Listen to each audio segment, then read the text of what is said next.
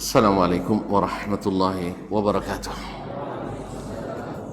Innal hamdalillah nahmaduhu wa nasta'inuhu wa nastahdi wa nastaghfiruhu wa natubu ilaih.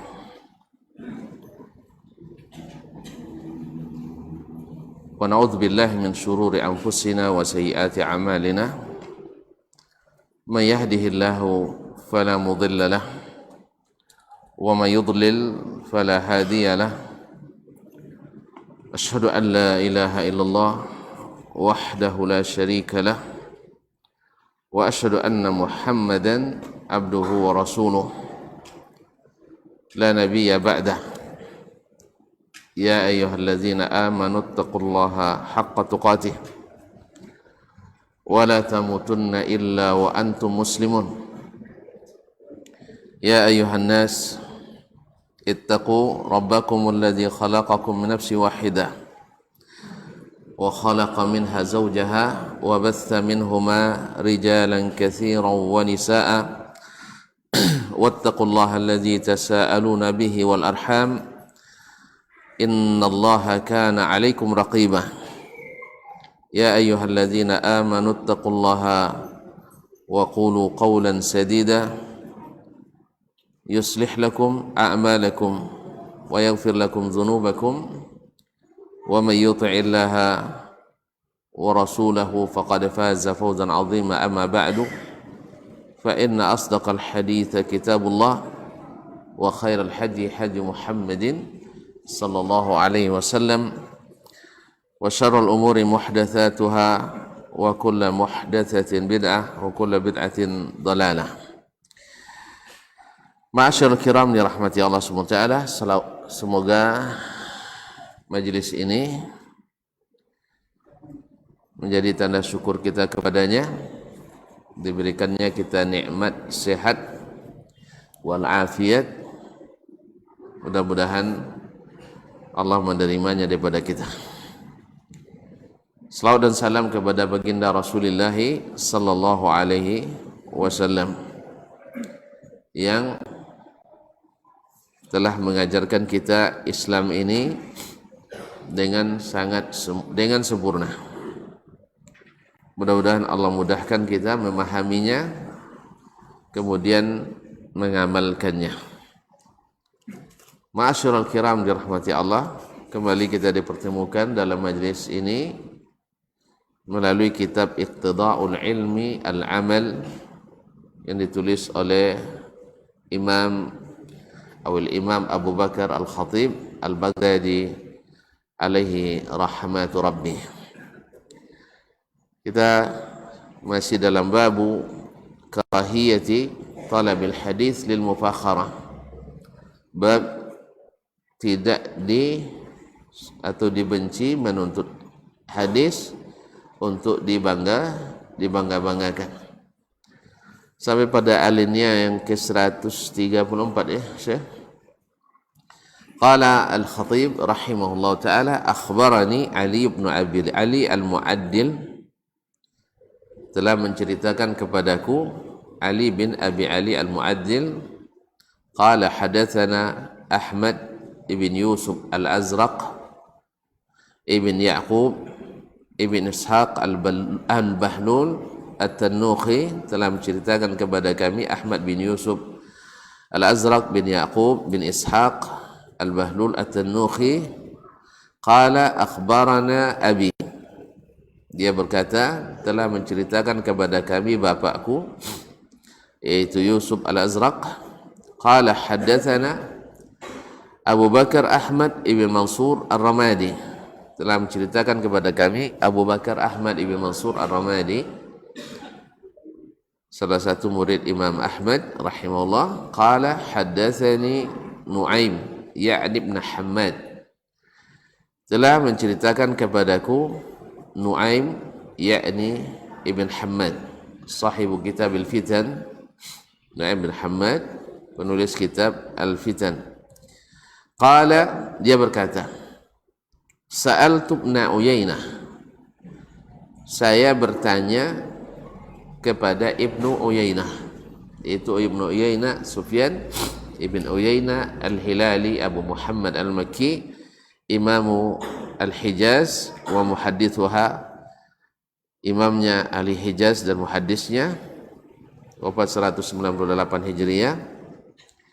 Au sa'alahu insan, atau dia ditanya oleh seseorang. Manil alim, siapa yang berhak diberi gelar ulama? Alim, orang kita menyebutnya dengan sigat jamak biasanya. Siapa yang berhak disebut alim? Orang yang berilmu. Qala alladhi yu'ti kulla hadithin haqqahu, yaitu baru digelar alim, yang berhak disebut ulama adalah yang memberikan setiap hadis haknya, yang memberikan kepada setiap hadis haknya. Apa haknya hadis itu? Hadis itu kan kita tahu semua, hadis itu adalah perkataan Nabi sallallahu alaihi wasallam, perbuatannya dan persetujuannya. Isinya ada yang isinya berita, ada yang isinya perintah, ada yang isinya tegah, dan ada isinya uswah, contoh teladan. Nah, apa haknya berita? Konsekuensinya adalah karena kita sudah berikrar bahwasanya beriman pada Muhammad sallallahu alaihi wasallam, konsekuensinya adalah tasdiquhu fima akhbar, membenarkan semua berita yang disampaikannya. Nah, kalau orang yang beriman datang berita dari orang yang kepadanya dia beriman, tidak ada jalan baginya kecuali meyakininya. Meyakininya. Tapi kalau masih dibahas lagi, ya masih dibahas lagi, dah jelas sabit dari beliau, masih dibahas, berarti belum yakin dengannya, belum memenuhi hak berita ini, hak hadis ini tidak kita berikan. Apa sebab? Kita meragukan isi berita yang disampaikannya. Kenapa? Menurut kita tidak sesuai, padahal dia begitu yang dia sampaikan. Kenapa? Kalau sempat abang yakin ya ambo tuh udah ambo sampaikan berita dari, atau orang lain menyampaikan dia ambo berita sahih, lalu abang katakan Ustaz Dasman tidak salah dong, kan itu kan? Apa sebab? Tidak masuk kiki orang dah, kan tidak masuk, berarti abang meragukan ambo, betul kan? Dasman boleh diragukan, tapi kalau Nabi tidak boleh, karena Nabi SAW adalah orang yang paling fasih bahasa Arabnya, yang paling jelas keterangannya. Lalu kita katakan Nabi belum jelas keterangannya, sehingga kita tidak membenarkan berita yang datang darinya. Berarti hak hadis ini belum kita berikan. Berarti yang seperti ini tidak berhak menurut Sufyan bin Uyainah menggelar ulama, karena masih meragukan berita yang datang dari Nabi sallallahu alaihi wasallam. Oleh sebab itu di kalangan as-salaf ketika ditanya siapa yang ulama, mereka menyebut nama-nama orang-orang yang bila datang berita dari Nabi mereka benarkan. Kalau ditanya misalnya di masa abad kedua, ditanya siapa ulamanya ahli sunnah itu, mereka pasti jawab Malik ibn Anas, Sufyan bin Uyainah, Sufyan al-Thawri, Al-Auza'i, Al-Layth ibn Sa'ad. Tidak masuk nama Jaham bin Sufwan, tidak masuk. Bahkan nama Husain Al-Karabisi sendiri yang dibanggakan oleh sebagian orang belakangan tidak masuk sebutan di kalangan ahli sunnah, di kalangan ahli sunnah yang memakai sunnah. Ini ada ulama, ada yang ahli sunnah tapi menyeberangi sunnah. Ini ahli sunnah asli lur, ya, tapi tidak memakai sunnah. Sunnah semuanya diparkir. Diparkir. Kalau parkir berjalan, Enggak. Kalau diparkir bantai lu lah. Jadi beritanya tak dibenarkannya, perintahnya dilambat-lambatkan dilaksanakan, sedang larangannya kadang-kadang dilanggar dengan alasan hanya makruh dan sebagainya. Tapi mereka enggak. Maka nama-nama yang disebut adalah nama-nama yang memang terlihat sunnah pada dirinya. Dari yakinannya beritanya datang dari Allah dan Rasul, ini yang dia lakukan. Mereka lah para ulama. Makanya kalau tuan-tuan baca misalnya qasidah Imam As-Silafi tentang aqidah ahli sunnah wal jamaah, tidak akan tersebut nama-nama Wasil bin Atha, Ja'ad ibn Dirham, ya Ma'bad al-Juhani. Orang-orang hebat itu, bukan orang biasa, orang-orang hebat. Ya kalau sampai zaman kita penceramah kondang dia itu, istilahnya disenangi orang lewat retorikanya. Cuman di masa itu ilmu lebih dominan sehingga pesertanya enggak, pengikutnya enggak begitu ramai. Tapi di zaman kita karena ilmu enggak dominan, maka yang ramai adalah yang punya retorika. Itu terpasang pakai retorika itu bang. Nah, liamai kan? Enggak cukup lah sebanyak ini, udah banyak nih. Kaum muslimin dan muslimat dirahmati Allah. Jadi inilah haknya sebuah hadis, baru dikatakan alim seseorang yang memberikan setiap hadis itu haknya. Bila berita dibenarkan, diyakini. Masuk tidak masuk akal itu tidak patokan. Karena akal antum mungkin masuk, akal saya tidak. Ya bang ya, akal abang masuknya akal dan alun tu akal siapa pakai? Hah? Akal siapa yang dipakai? Menurut abang masuk akal, menurut dia tidak masuk akal. Tu akal siapa pakai? Tabasuk tengok dari ijazah lah. Kalau tengok ijazah, tinggi sedasman lainnya. Berarti dasman yang dijadikan patokan. Sudah itu nawul, luang non tinggi ijazah pada dasman. Ya kan? Dasman alun profesor. Ini sudah, yang itan sudah profesor. Sudah itu nawulnya tinggi pada profesor tu salah. Kau profesor media, kalau profesor senior. Akhirnya sediati profesor ten adolo lebih tinggi pada profesor. Akhirnya tidak ada keputusan dalam suatu masalah pun. Inilah yang menyebabkan sebagian orang bimbang dan bingung menentukan mana yang benar. Ya, mana yang benar? Dia takut mengatakan ini yang benar, ini salah, takut. Dia apa sebab? Karena dia melihat akal tadi, bukan melihat dalil. Yang dilihatnya tidak mungkinlah imam si fulan ya salah. Siapa pula yang sekarang pandai-pandai pula, di mana belajar? Itu lagi kan yang timbul nanti. Subhanallah. Awak belajar samunya, belajar di Al-Quran dan hadis. Kecuali kita membawakan paham yang tidak pernah dipahami seperti itu oleh ulama manapun. Ada ya, jelas ya.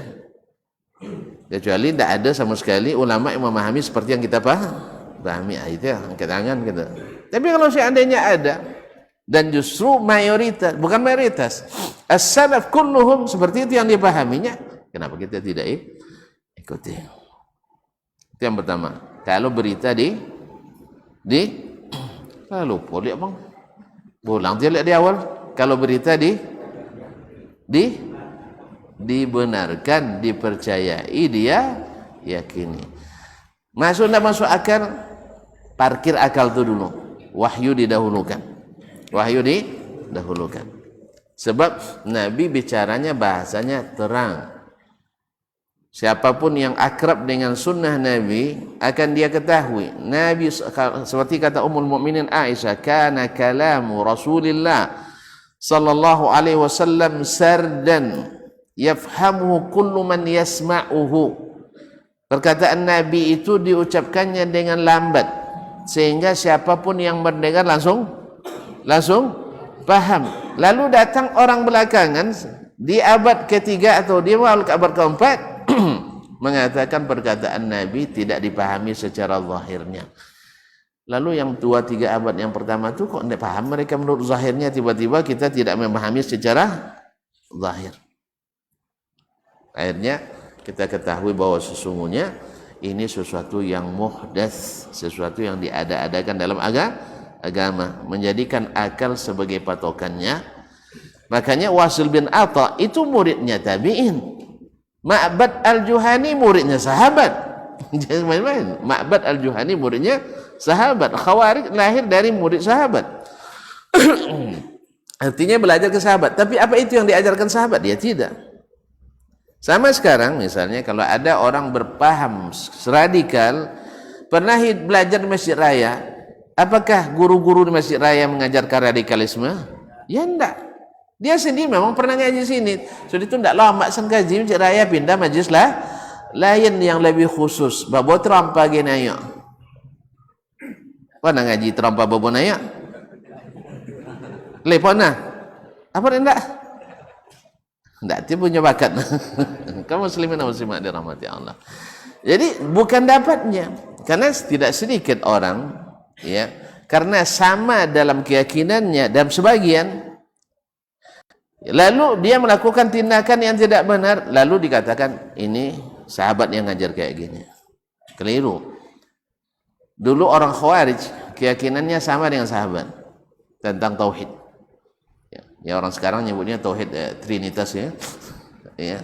Semoga Allah memberikan taubat pada mereka.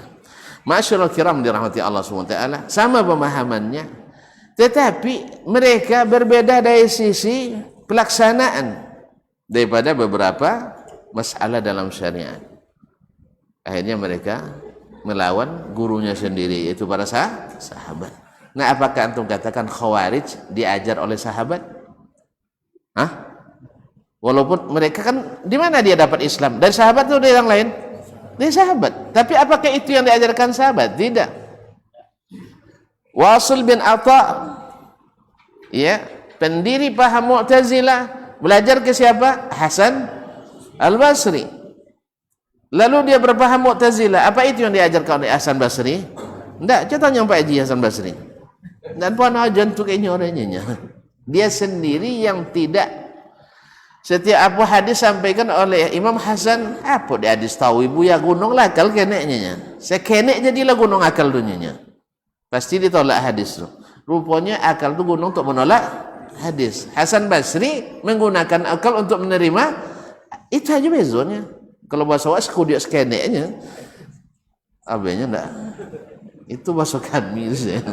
Nah, bedanya sedikit. Ini akalnya digunakan untuk menerima hadis, itu Hasan Basri. Sedangkan Wasil bin Atha, dia menggunakan akalnya untuk menolak hadis. Nya bapole corornya, bapole coro. Jalan ndak tanya-tanya coro, letalanya coro tanyong dah. Yang disuruh mengimaninya, bukan kaifiatnya. Jelas? Dia jadi panjang jadinya. Dia sekian pendek, sekian panjang keterangan. Kalau panjang pendek terangan. Kalau pendek panjang keterangan. Iya bang, itulah roket azan mah. Subhanallah. Cik moro nyampe tu. Yang kedua, hak setiap hadis itu kalau dia perintah, lan tadi lah nggak paham dia. Yang tadi sudah paham tu. Berita mesti diyakini. Tidak boleh ditolak dengan takwil atau ta'til, dengan isolasi ataupun lalu lupa istilah lu Nabi Corona, lalu lupa istilah isolasi atau PPKM. Tidak boleh diisolasi atau di karantina. Jangan. Cuma abang takutnya buat karantina pun. Takut kono undang-undang karantina. Kalau undang karantina banyak biaya negara kau ni. Jadi takut abang ni ya. Takut nak bagi di pemerintah. Tentunya. Ini memang tak amu paham radikalnya. Asal sekenek menyebut pemerintah lah mandang je kawak. Bagus bang. Jadi kalau sabut karantina kadang biaya, makanya tidak sabut dia pemerintah karantina kesehatan. Sabut dia isolasi PPKM lock dan banyak ubah nombor. Nak lay jen kono dek biaya. Mau pandai pemerintah wak. Nya awak pandai berinyo, tu masalah. Nah, kaum muslimin dan muslimat. Jelas ya? Jadi abang tak mau coba karantina aja dia. Karantina dan isolasi. Baik. Yang kedua, isinya hadis Nabi itu adalah perintah.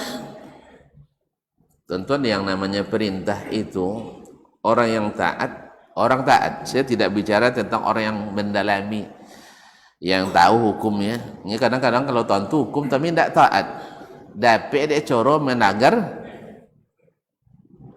Jalan tidak. Uang yang tahu hukum tapi tidak taat hukum mempunyai cara untuk melanggar hukum sehingga keluar dari jerat hukum. Tak paham dia. Untung abang tak paham. Wajib dunia, elok dunia. Untung tak paham kita. Orang yang tahu hukum, ini tentu hukumnya lain. Hukum negara misalnya, ini ahli di bidang hukum. Tapi nya tidak masuk yang taat hukum. Akan ilmunya itu membuat dia bisa melanggar hukum tanpa terjerat tuntutan hukum. Nah, tidak. Lain awak sika enggak sika enggak ada orang taat sika. Jadi orang taat kalau dia tambah ilmu tambah amalnya, tambah taat dia kepada hukum itu, bukan mencari jalan untuk melanggar atau melakukan. Sebab kaum muslimin kalau kita nak melanggar banyak alasan kita. Misalnya ini hukum tidak logis, gitu ya. So hukum jalannya tu sampai dia kritik dia Ustaz Jan Perizal mah. Nak kena Jawa U-turn di jalan apa dah? U-turn tu. Tak jauh ada U-turn dah, U-turn. Tak abang sultan dah. Apa usah awak nak? Untuk balik. Tak pun dah pun nomor dah. Tanya ke Ustaz Jan atau tu dia. U-turn. Turun ya. Nah, artinya untuk berbelok balik ni. Misalnya awak nak ke pasar bawah, ke pasar mana? Sate kan? Di mana suruh belok ke Salo dulu ke Polres kan? Abo balik ke Mailik misal. Kan jauh tu. Sehingga banyak yang melanggar.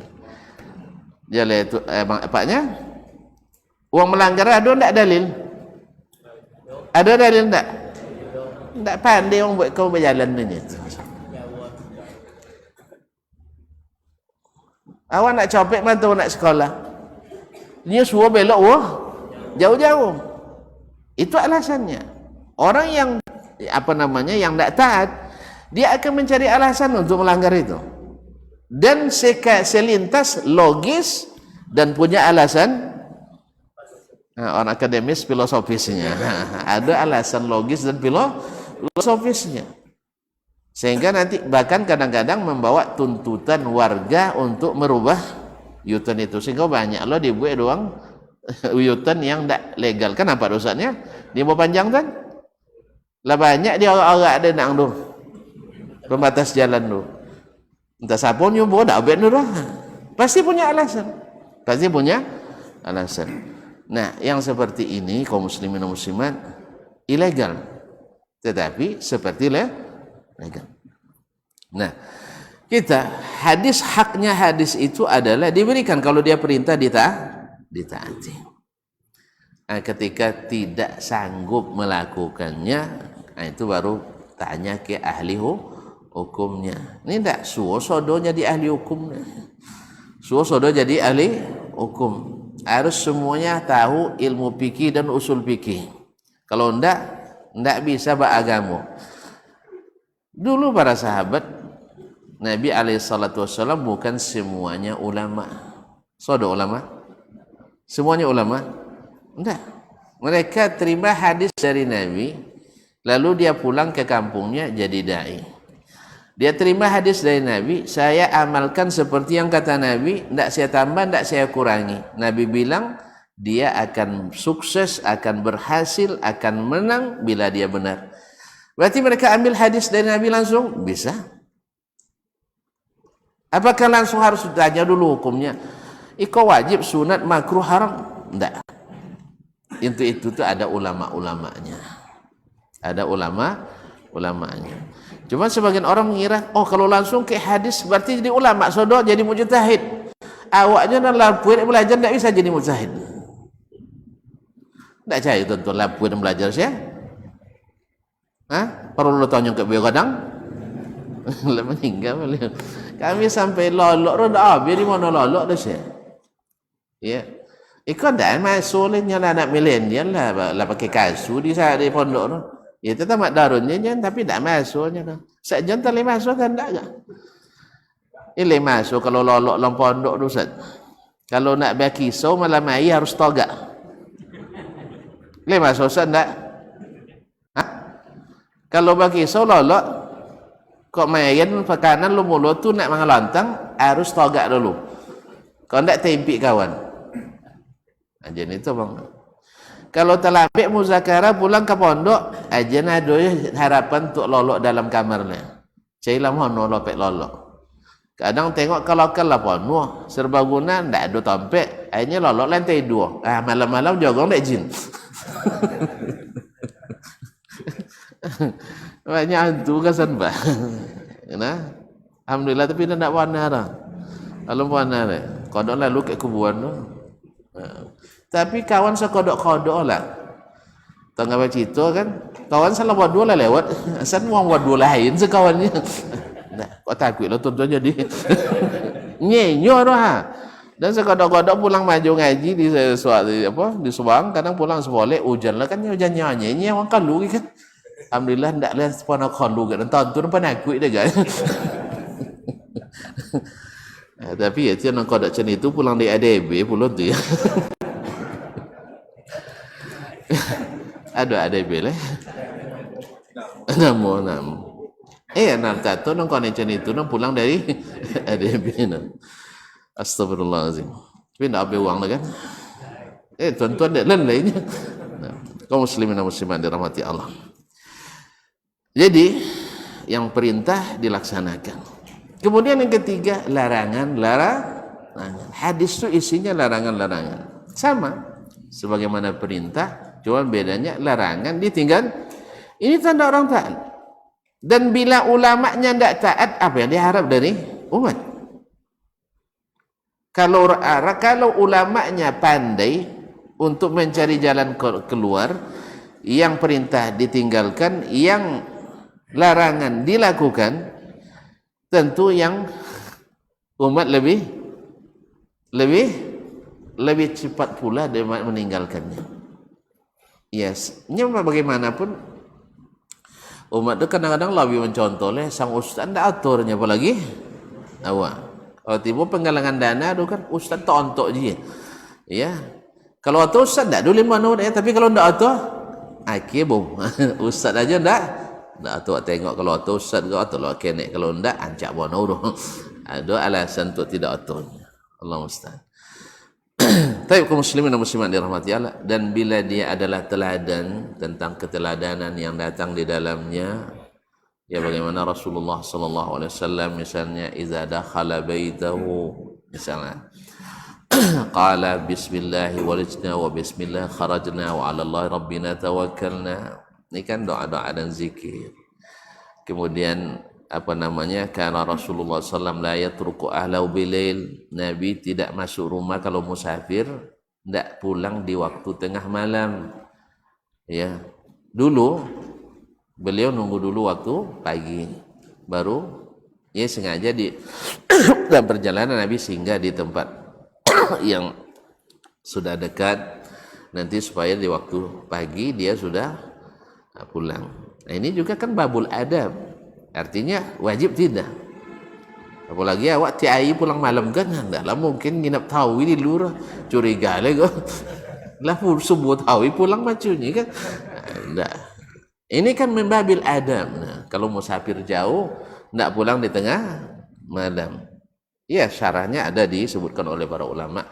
Hukumnya tidak sampai wajib, tidak sampai haram dah. Cuman ini membabil adab. Ada baiknya bagian-bagian yang bisa kita laksanakan di adab ini dengan sengaja kita ikuti. Jelas semuanya? Misalnya lah, banyaklah misalnya. Nanti salah-salah sahabu itu kan. Intinya ini menurut Imam Sufyan ibn Uyainah. Kapan seorang alim itu dinamakan alim? Itu adalah bila memberikan setiap hadis haknya. Memberikan hak kepada setiap hadis.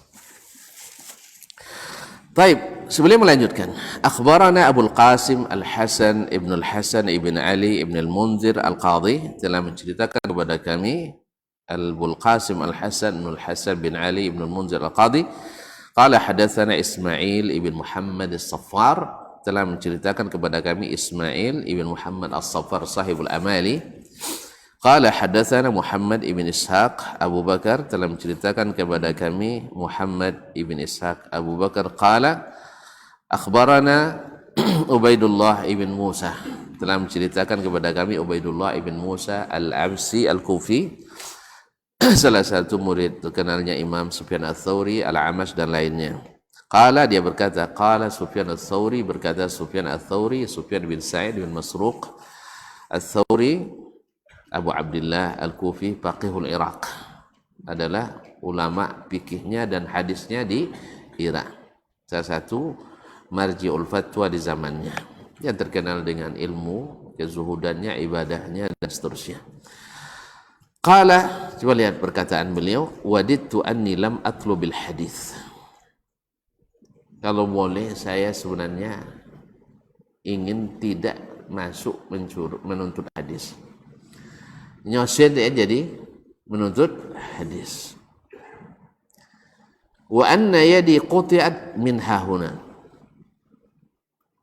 Dan tangan saya dipotong dari sini. La bal min hahuna. Tidak cukup dari situ, bahkan sampai ke sini dipotong tangannya. Sehingga cacat, ada hujjah, tak ikut menuntut ilmu hadis. Thumma asyara ilal mankib. Kemudian dia mensyaratkan ke pundaknya. Qala bal min hahuna. Bahkan dari sini dipotong. Tidak ada tangan sama sekali. Kalau tidak ada tangan kan tidak bisa nulis. Tidak bisa baca buku. Kenapa dia mengatakan itu? Dan dia kita tahu sendiri orang yang termasuk yang memberikan setiap hadis haknya. Karena perasaan orang-orang saleh itu, orang-orang yang ikhlas itu selalu takut tidak memberikan hak setiap ilmu yang dia ketahui. Kalau orang ikhlas seperti itu, orang-orang bertakwa itu, orang beriman itu, wallazina yu'tuna ma atau wa qulubuhum wajilatun annahum ila rabbihim raji'un. Orang-orang yang bisa membuat apa yang mereka bisa buat, yang bisa mereka berikan, hati mereka tetap khawatir dan takut karena nanti akan bertemu dengan Allah tidak diterima. Kalau kita tidak, dan takut ini gitulah. Iya, hal kita menanam seperti itu. Ya, subhanallah. Tapi mereka, Sufyan Ats-Tsauri rahimahullah ta'ala mengatakan seperti itu. Wadidtu anni lam atlubil hadis. Andainya dulu saya tidak menuntut hadis. Sebab setiap bertambah hadis, bertambah hujjah terhadap dirinya. Bukan berarti menyesal berilmu, tidak. Menyesal tidak kalau tidak melaksanakan hak setiap hadis yang dia ketahui. Ma'asyarul kiram dirahmati Allah. Dan beliau yang mengatakan, ma'alajtu syai'an ashadda alayya min niyati. Tidak ada satu pun yang paling susah aku pelihara daripada niat. Li'annaha tataqallabu alayya. Karena dia berputar-putar, berbolak-balik, susah dipegang. Oleh itu kaum muslimin dan muslimat, ini pelajaran berharga bagi kita yang ditunjukkan oleh para ulama yang kita lihat dia diakui oleh ulama-ulama dunia sampai hari ini menjadi rujukan. Tapi inilah yang mereka katakan. Mudah-mudahan menjadi bahan introspeksi muhasabah bagi diri. Ya, mereka sendiri takut bagaimana dengan kita. Mereka sendiri merasa khawatir bagaimana dengan kita. Nasallallahu as-salamata wal afiyah. Ada bunyi tadi, Bang? Apa aja? Nanti ya lah. Azan dulu, ayo.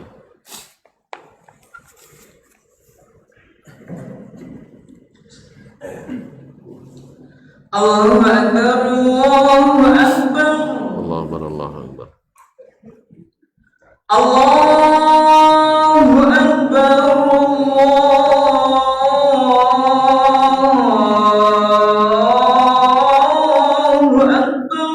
Allahu Akbar. Asyhadu an la ilaha illallah.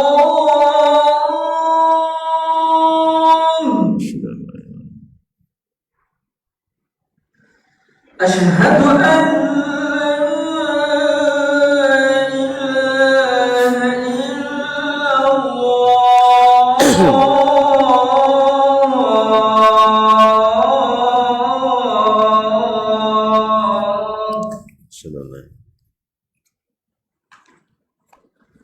Asyhadu anna Muhammadar Rasulullah.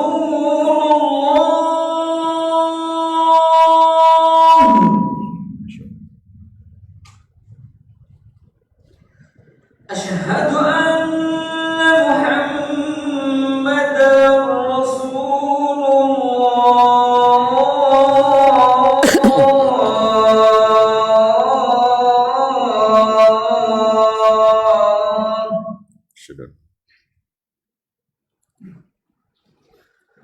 Hayya 'alas shalah. Hayya 'alas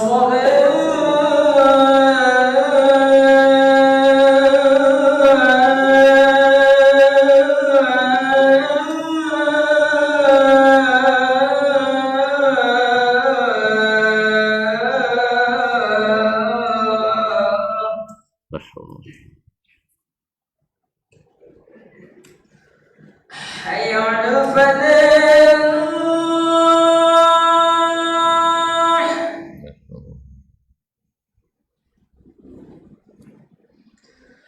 Hayya 'alal falah.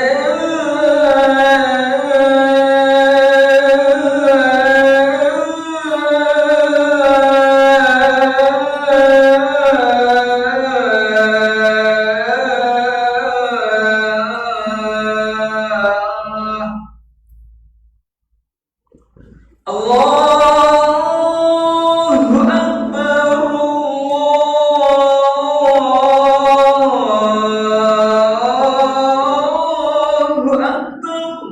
Allahu Akbar. La ilaha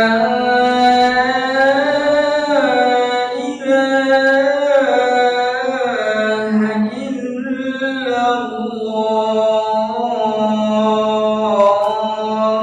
La ilaha Allahumma rabb hadhihi as-salati al-qam.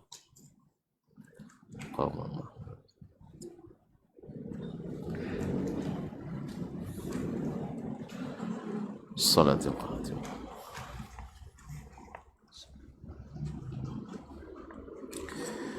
Ma'asyiral muslimin, ma'asyiral muslimat rahimanillah wa iyyakum. Kemudian Imam Al-Khatib mengatakan akhbarani Abu Bakar Ahmad ibn Ali ibn Abdullah At-Tabari telah menceritakan kepadaku Abu Bakar Ahmad bin Ali bin Abdullah At-Tabari qala anba'ana Muhammad ibn Bakran Al-Bazzaz telah menceritakan kepadaku atau kepada kami Muhammad bin Bakran Al-Bazzaz qala hadatsana Abu Abdullah ibn Makhlad Al-Attar telah menceritakan kepada kami Abu Abdullah bin Makhlad yaitu Khalid bin Makhlad Al-Attar qala hadatsana dia berkata hadatsana Muhammad ibn Umar Ibn al-Hakam telah menceritakan kepada kami Muhammad ibn Umar Ibn al-Hakam al-Thagri al-Qabali ini dhaif qala hadatsana Ishaq ibn Ibrahim ibn Rahuya qala hadatsana Hajjaj ibn Muhammad dan menceritakan kepada Hajjaj ibn Muhammad Asy-Syair qala Sufyan ats-Tsauri dia berkata Sufyan ats-Tsauri radiyallahu radiyan nasu bil hadis wa tarakul amal. Orang sudah ridha hanya sekedar mempelajari hadis atau meriwayatkan hadis atau membanggakan diri jadi muhaddis wa tarakul amal, tapi mereka meninggalkan amal. Ma'asyiral kiram dirahmati Allah, di sebagian thulabil ilmi ada fenomena mereka kadang-kadang di masa menuntut ilmu itu berlomba-lomba mencari ilmu tetapi tidak diaplikasikan. Jadi tidak diaplikasikan. Dan disinilah pentingnya kaum muslimin dan muslimat sistem pengasuhan yang ada di pondok-pondok itu. Karena di pondok itu anak-anak dibimbing untuk mengamalkan ilmu. Kalau tidak dipondokkan atau tidak diasuh oleh pengasuh yang mengamalkan, maka juga hasilnya sama. Walaupun dipondokkan tapi tidak diamalkan ilmu, sama juga hasilnya. Oleh sebab itu kepada kita para pengasuh di pondok harus menjadi contoh terdepan, bukan contoh paling di belakang. Nah, radyan nasu bil hadis. Orang kalau di hadis Masya Allah suka, tapi watarakul amal, tetapi mereka meninggalkan amal. Ini disebutkan oleh Al-Khatib juga dalam bab tidak baik, tidak disukai, makruh menuntut hadis hanya karena untuk dibanggakan bahwa dia punya sanad yang tinggi, punya banyak guru, punya banyak riwayat yang gharib dan sebagainya. Kemudian dia lanjutkan, Amba'ana Muhammad bin Abdullah ibn Aban al-Hayti telah menceritakan kepada kami Muhammad bin Abdullah bin Aban al-Hayti. Qala hadatsana Ahmad ibn Salman an-Najjad, telah menceritakan kepada kami Ahmad bin Salman an-Najjad. Qala hadatsana Muhammad bin Abdus, telah menceritakan kepada kami Muhammad bin Abdus. Qala hadatsana Ahmad bin Abdus Samad, telah menceritakan kepada kami Ahmad bin Abdus Samad. Qala sami'tu Shu'aib ibn Harb, saya mendengar Shu'aib ibn Harb. Qala sami'tu Sufyan, saya mendengar Sufyan, yakni ibn Sufyan Ats-Tsauri.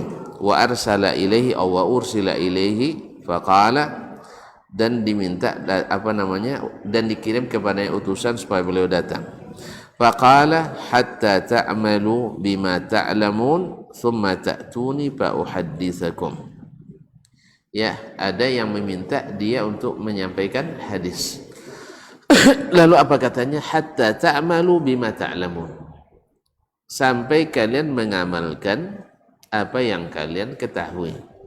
Thumma ta'tuni fa uhadditsukum, setelah itu baru datang kepadaku untuk saya berikan hadis lagi.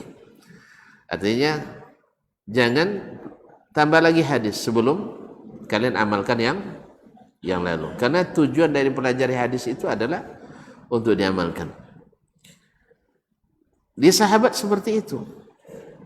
Kunna, hadis Abu Sa'id Al-Khudri radhiyallahu taala anhu, kunna nata'allamu 10 ayatin. Kami mempelajari 10 ayat. La natajawazuhunna hatta nata'allama minhal ilma wal amal. Kami tidak melewati 10 ayat itu sampai kami paham ilmunya dan bisa mengamalkannya. Tidak dilewati dulu sampai dipahami dan diamalkan. Ini metode mereka. Cuman mereka memang cepat bisa menyelesaikan belajar dibanding kita. Sebab apa? Mereka belajar dengan iman. Kalau kita belajar dengan keraguan. Ya. Apa keraguannya? Mereka kalau baca Quran, mereka sudah beriman pada Al-Quranul Karim, yakin dengan segala apa yang ada dalamnya. Kalau kita tidak, masih meragukan sebagian. Kalau buat berita ini sesuai dengan logika dan sebagainya, tidak. Mereka tidak. Makanya mereka lebih cepat pahamnya daripada kita, sehingga lebih cepat mengamalkan daripada kita. Kalau kita tidak, datang perintah ragu, kalau diamalkan kok ganjil pada orang lain aja. Dia yang dipikirkan adalah ganjil dengan orang lain. Ya, orang tidak mengamalkan itu ganjil lah, kecuali kita di lingkungan orang yang semuanya mengamalkan. Makanya kaum muslimin dan muslimat dirahmati Allah, hari ini atau awal-awal kemarin ketika kita sholat tarawih panjang 1 juz semalam, banyak yang ngeluh atau banyak yang gembira? Banyak gembira, banyak ngeluh kita. Bahkan sampai hari ini kita masih mengeluh. Apa sebab? Tidak pernah seperti itu. Akan keluar pula hadis nanti. Oi, kalau jadi imam jangan panjang-panjang no, buangin nabinya. Betul juga. Nabi nyuruh kita pendek, mempertimbangkan makmum. Betul itu. Cuma kalau pegang hadis itu saja, seolah-olah betul. Tapi kan tonton ingat kemarin Nabi membaca 5 juz dalam 1 rakaat di salat sunat. Alhamdulillah lendak 5 juz, 5 ayatnya serakaat. Itu pula gawi-gawi kau di belakang. Lah pun yang gawi ndak jauh moto atuk. Nah, kenapa? Karena ndak di lingkungan kita ndak biasa. Tapi di lingkungan yang mereka biasa imamnya panjang, itu tidak ada masalah. Iya bang ya. Misalnya kalau kita hidup di lingkungan orang di subuh tidak berkunut dia, ya kan? Dah biasa lingkungan itu tidak ada yang protes. Tapi kalau tinggal yang kalau asal sholat subuh tidak lupa kunut sujud sawinya, asal itu Allah pendak kunut. Wajib saya bukan beragama lainnya. Dibilangnya agama lain atau paling tidak ikut ndak ahli sunnah ndak sosial ndak kan lah kalau dari ahli sunnah. Subhanallah. Jadi kaum muslimin dan muslimat dirahmati Allah. Jadi masalahnya ganjil itu karena orang ndak biasa mengamalkan. Nah, ditambah lagi sebagian dai kadang-kadang beralasan seperti Imam Ahmad rahimahullah taala tidak pernah selama di Baghdad mendirikan salat sunat antara azan dan qamat salat maghrib. Ya gimana dia nak apa namanya? Bagaimana dia nak salat sunat? Orang langsung qamat. Sama juga kita juga enggak. Ya dulu ketika kita salat di masjid yang maghribnya azan langsung qamat, enggak mungkin kita salat sunat. Jadi Ahmad ketika sholat di masjid seperti itu mungkinnya sholat? Tidak mungkin. Tapi apakah berhenti mendakwakan? Kadang-kadang dari kisah ini seolah-olah kita mengambil kesimpulan konklusi bahwa kalau tidak bisa diamalkan tidak usah kalau tidak bisa diamalkan tidak usah didakwakan. Keliru. Imam Ahmad menjadikannya dalam kitabnya Musnad. Belum meriwayatkan untuk tidak diamalkan, untuk diamalkan. Imam Ahmad meriwayatkan hadis tentang itu untuk diamalkan atau untuk ditinggalkan? Untuk diamalkan. Jadi dakwah tetap berjalan walaupun belum bisa diamalkan sampai nanti pengurus masjidnya, jemaahnya sudah terbiasa. Kalau lama sanle menunggu pada tidur. Sebab salamualaikum bu yaya. Kok 2 sab mu saji dia sasab setengah tak lambat. Kini alhamdulillah lali mosab sasab setengah nanti lambat lah. Lalu ketika ndak menunggu, ndak akan ada orang datang mu saji ini. Baru sudah main badminton, tak mungkin ndak mandi dah cunyanya. Apalagi sudah motong lah, ini ada motong sore ke? Ndak akan kamu datang mu saji ini. Labang wanginya. Mandi lalu. Alun selesainya mandi wang lah assalamualaikumnya imam masya Allah semaghrib pendek waktunya kul a'udzu bil falaq kul a'udzu bin nas selesai. Iya jika Pak ya. Nah, apakah seperti ini kita tidak dakwakan? Keliru. Mengambil contoh ke Imam Ahmad untuk tidak mendakwakan keliru. Tapi kalau tidak mengamalkannya di saat belum bisa, ya kita contoh memang. Kan itu dah buat dulu. Tak terkenang Ustaz waktu darun kan tak nawur kan nunggu waktu dulu jangan nunggu le salat sang jemaah cek salat mukai kami dulu jemaahnya waktu di pondok di masjid kami beliau lah ada musajinya kalau musaji saya alunya leh kan cek mukai jemaahnya cek sabu iya ngaku je lagi nah kok lupa dan dia tolong bantuin nanti kan sagan ngaku jemaah lu lah dah apa nya sunatnya akan mazhab Syafi'i. Nah memang tidak masalah mazhab Syafi'i. Tidak pernah wangi kalau tidak jemaah dulu. Kini pun tidak jurah. Nah, cuman kalau kami pemimpin, ambo wajibkan menurut aturan. Ya kan itu kan? Ya kalau ambo pemimpin, ambo wajibkan anak buah ambo untuk sholat jamaah. Sebab apa? Amun tidak ingin orang-orang di bawah pimpinan saya rugi. Itu aja. Tapi yang lain enggak hak kita. Tapi menyerukan tetap kita serukan. Jelas? Jalannya. Jadi tidak kita paksakan. Misalnya datang ke masjid, azan langsung kawat, coba tunggu lu, dah nak salat lu. Enggak pernah kita lakukan. Itu menimbulkan fitnah nanti. Atau mungkin kita laporkan pengurusnya. Misalnya, kok ganti pengurus, azan langsung komat. Enggak juga, enggak ada kita lakukan. Atau memprovokasi umat, juga tidak. Bahkan kita kalau nak menyampaikan, bunyi menyampaikan proposal kan itu. Memohon ke pengurus. Contoh seperti yang Bapak Nasa buat suatu itu di Berawang, awak dipokan, ya, tidak dek terlambat dah, tapi dek macet. Iya, awak diperkirakan 1 jam setengah sampai kan, 2 jam setengah tidak sampai, itu terlambat awak. Pas sampai situ azan itu langsung kamat. Yang namanya 2 jam setengah, ada jodoh tadi lah. Iya, dek jalan tak tu bang ya. Nah. Tak sampai ke WC dulu. Saya lalu masuk masjid, Assalamualaikum warahmatullahi wabarakatuh. Hati-hati buatin. Sana ada ibu hati, dia tersabuk itu. Akhirnya mohon maaf bapak-bapak dan ibu-ibu. Ya sebenarnya judul kajian kita sebenarnya sudah siapkan dengan judul ini. Cuman hari ini saya terzolimi tadi sebab. Ini nampak ada pengurus datangnya tiba langsung aja kamat kan. Dalam pertimbang nomor tuan. Jadi kalau nampak ustaz terlambat, copot dia capek no kamat so dia.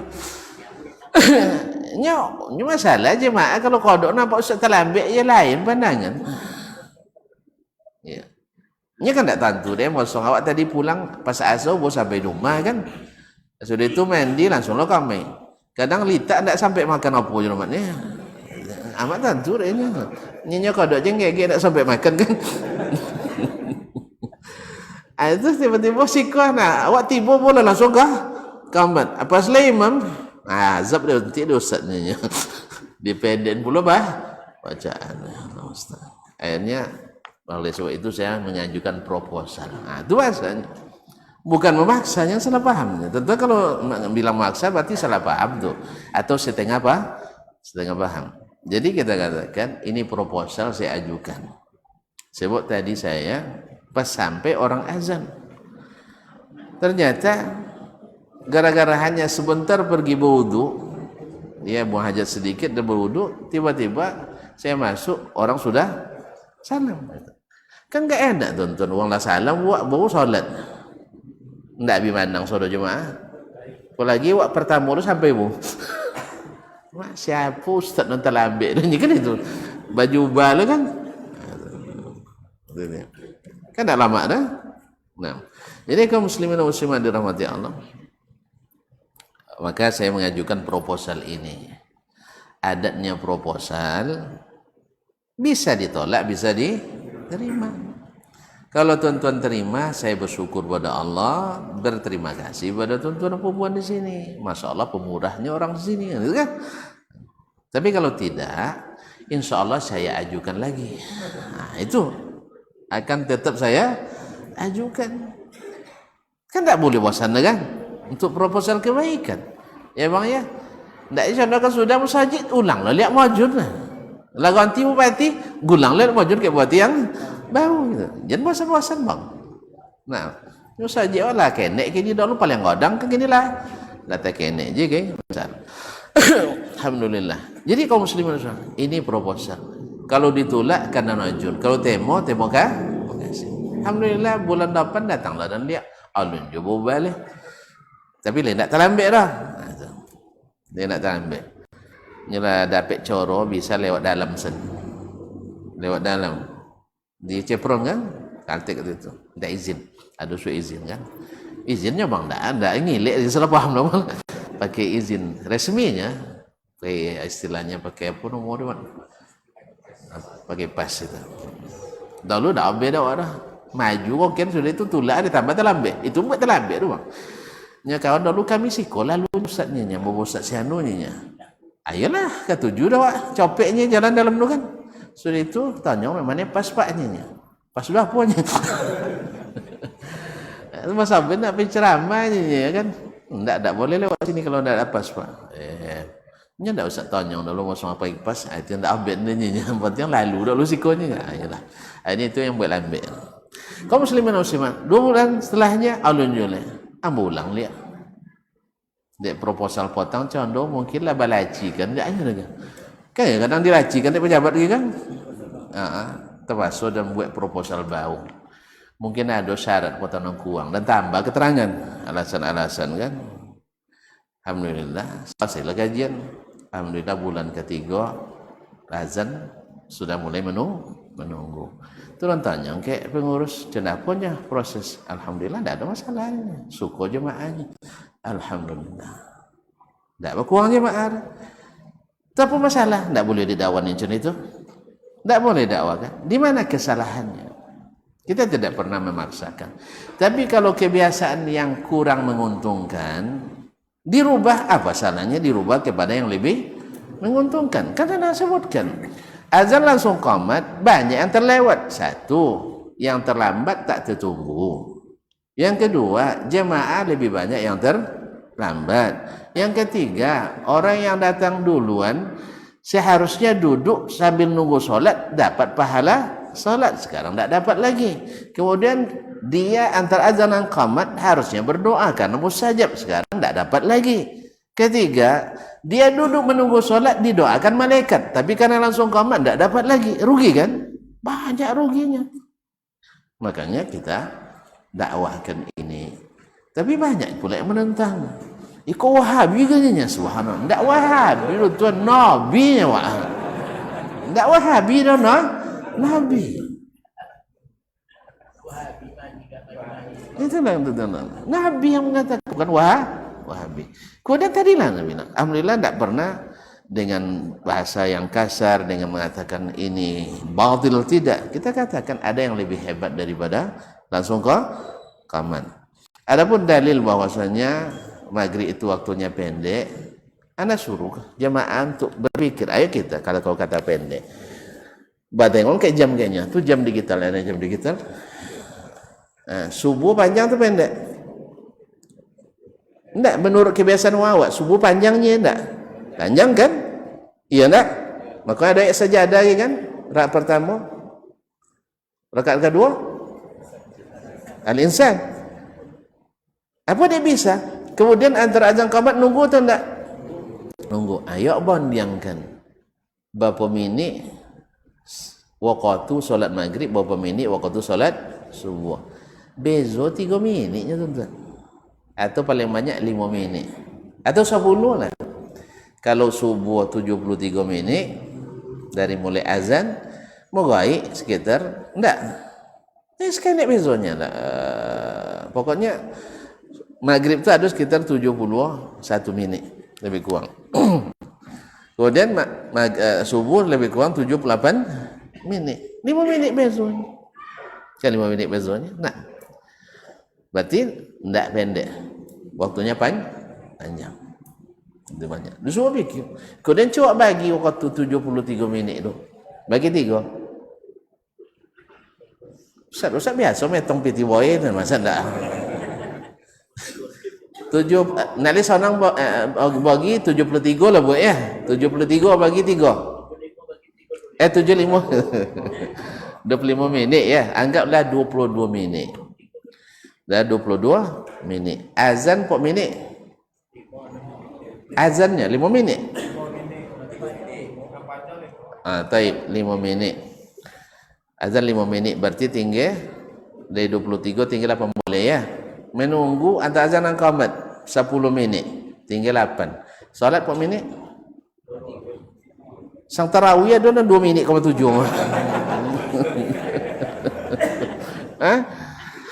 Salat paling lama 10 minit.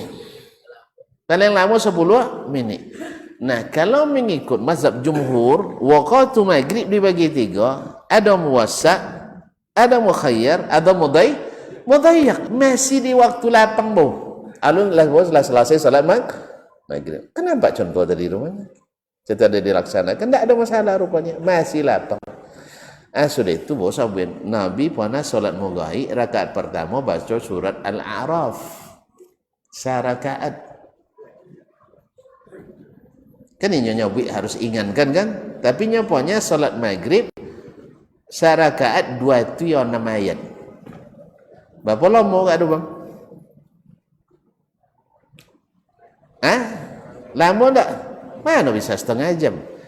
Pas azan, pas salat selesai mereka salat maghrib, ya zikir dan salat sunat, azan isya. Apa ya kaji? Awak ceramah kan toloknya sampai isya namanya. Salat sampai isya. Apa salat? Tapi jangan kodok nak buat. Ya, jadi buat lah. Kalau Syekh Utsaimin dulu di imamnya imam di Jami' Unaizah tu, itu diumumkan berbulan-bulan diumumkan batulin di pintu musajid berumumkan di mosong tanggal sekian hari itu maghrib kami rakaat pertama surat Al-A'raf. Siapa yang punya urusan jangan salat siko, siapa non lita jangan salat siko, siapa non nikah malam tu jangan salat siko. Anda kena yang benar. Jadi setelah itu baru mulai laksanakan sekali saja seumur hidupnya. Rahimahullah rahmatullah. Ingin menerapkan sunnah tadi. Ya. Awak kan ulun puan lah. Wa usulkan bang. Iya usulkan. Sambil ngaji silakan anggap jadwal ngaji. Nah. Dan asal kalau imamnya Ustaz Suhardin dakwah loyur tuan. Lewo deh. Jazakallah khairan. Dan tu tahu memang asal kadang-kadang lah biarlah pada salat Masjidil Haram solat bang. Iya. Asli nam, jazakallah khairan. Walaupun itu nyedam-damam nyuruh. Iya, nyedam-damam nya ndak kena berantul sawo, apalagi kalau nya sehat, masya-Allah. Aduh Syekh. Deh. Minta maaf Ustaz, maaf Ustaz. Ndak serius ini ndak main-main. Ana betul-betul suka solat di belakang beliau. Jazakallah khairan. Jadi intinya tu bila coba Ustaz. Ustaz, bila kita coba maghrib surat Al-A'raf rakaat pertama, dirembukkan dulu, termasuk rapat akbar jemaah dulu. Baiklah kaum muslimin dan muslimat dirahmati Allah. Jadi sebenarnya hadis itu diriwayatkan oleh Imam Ahmad untuk diamalkan, didakwahkan. Bukan untuk disimpan. Karena beliau mengatakan hadzal kitab ja'altu hujjatan baini wa baina rabbi. Ini kitab saya jadikan hujjah antara saya dengan Allah Tabaraka wa taala. Untuk diamalkan. Bukan untuk tidak diamalkan. Adapun beliau tidak melaksanakan itu karena kondisi tidak memungkinkan. Alhamdulillah kita juga di saat kondisi tak memungkinkan kita tidak laksanakan, apalagi kalau terlambat bocor salat. Cuman jangan kita sia-siakan kebaikan yang Allah sediakan bagi siapa yang punya kesempatan. Wallahu taala alam. Wassallallahu ala nabi sallam. Nah, tu apa tu?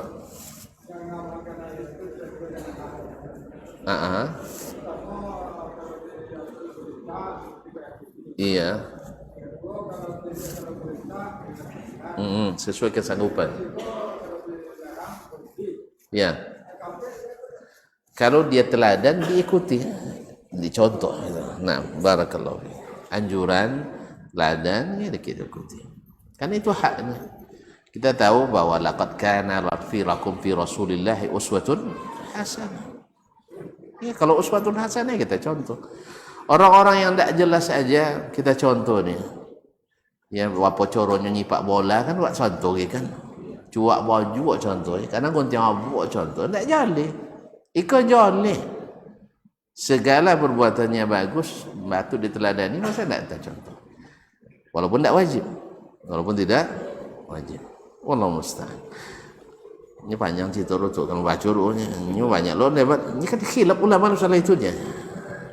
Jadi kalau ambil ilmu tidak dari sumber aslinya, sibuk dengan khilaf. Kadang tak ada khilaf, kadang berbuat-buat khilaf. Kadang kalap lo gara-gara itu. Allah musta'an. Ma'asyil kiram, sampai di sini kita jumpa kembali insyaallah di waktu yang akan datang dengan izin Al-Karim Ar-Rahman. Wa subhanakallah bihamdik asyhadu an la ilaha illa anta astaghfiruka wa atubu ilaik. Wassalamualaikum warahmatullahi wabarakatuh.